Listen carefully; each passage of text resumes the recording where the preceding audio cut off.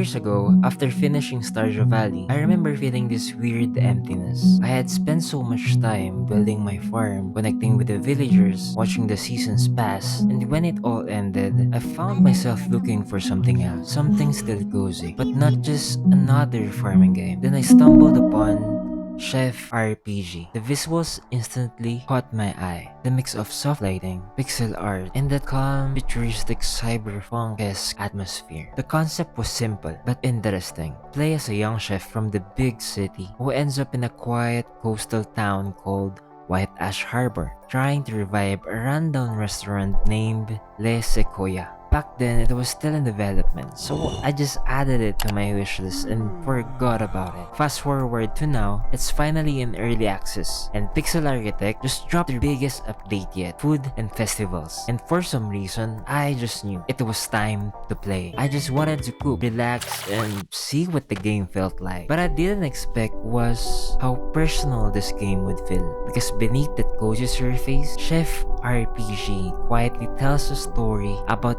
rediscovering who you are. The game begins by letting you choose your starting season. After creating your character, you find yourself on a train heading toward White Ash Harbor. A few tourists share the ride, one of them already complaining about how terrible his vacation will be, setting the mood for what feels like a quiet, uncertain journey. And when you first arrive in White Ash Harbor, you're greeted by an android girl with a tiny frog on her shoulder, who gives you a quick tour of town and drops you off at your new restaurant. As you explore the town, the place looks forgotten. There are some closed shops, abandoned buildings, and there's moss everywhere. There are annoying and unfriendly people, but also welcoming ones who help you along the way, giving you tools, ingredients, and tips about adjusting to this new town. But little by little, you start rebuilding things, and it all begins in the kitchen. With the help of some villagers, you start turning scraps into something worth serving. And yet with every meal you serve, the town reacts. People start visiting again, the streets feel warmer, and suddenly, you realize that your small actions are bringing life back to the place. No one's rushing you, no one's forcing progress. You cook, you talk to villagers, and you slowly see the town that once sleeps now breathe again. The irony of calm chaos. What's funny is the Chef RPG turns one of the most stressful real-life jobs, being a chef, into something surprisingly relaxing. In reality, kitchens are chaos. The heat, the timing, the pressure, the shouting, it's non-stop intensity. But here, every slice, every sizzle of the pan, every pour of the tea felt like you're in control for once. It's kinda ironic. You play a game about one of the most hectic careers out there, and yet it ends up being your way to unwind. Still, the game isn't completely slow-paced. There are moments when Chef RPG really puts you to the test, like when a surprise visit from a food critic pushes you to serve top-tier dishes under pressure, or when you're out in the wild chasing down the biggest animal in the forest just to fulfill an old lady's lifelong dream. Moments like those remind you that even in a cozy world, passion still comes with a bit of tension. Game mechanics. The core loop feels simple but layered. You gather ingredients, forage around the island, and build your menu through experimentation. As your cooking skill improves, you unlock new techniques, new recipes, new ingredients. Decorating your restaurant becomes its own form of expression. Every chair, lamp, and color reflects your version of comfort if your fund allows it. You can run it in your own way. A minimalist cafe, a diner, a restaurant that only serves seafood, whatever fits your vibe. As your little kitchen starts to grow, you will be allowed to recruit waiters and chefs to help you manage the rush, each with their own quirks and energy levels. You keep them motivated by brewing different tea and coffee blends. And then, the festivals arrive. That's when everything connects. The quiet town suddenly lights up. Lanterns, music, different festivities. You don't work or serve dishes during these moments. Instead, you join fun minigames, bond and compete with villagers, and collect festival points and buy unique furnitures tied to each festival's theme.